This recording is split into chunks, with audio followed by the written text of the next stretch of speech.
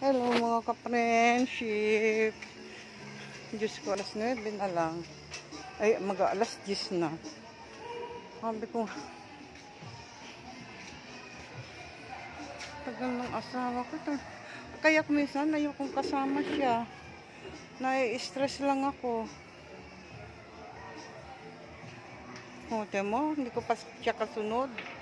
Hindi ka ba naman mabuang dito? Oh, ang tagal. Ay. Hindi, walang pagbabago. Oh, hanggang ngayon wala pa. Ayun na. Kala ko hindi susunod. Ang tagal pang bagal. Oh! Oh! Exercise! Yung anong march ka pag nahuli ng step. Double time, double step. Saan ba ito? Ah, si. Doon sa taas. Mga kabataan. Oo.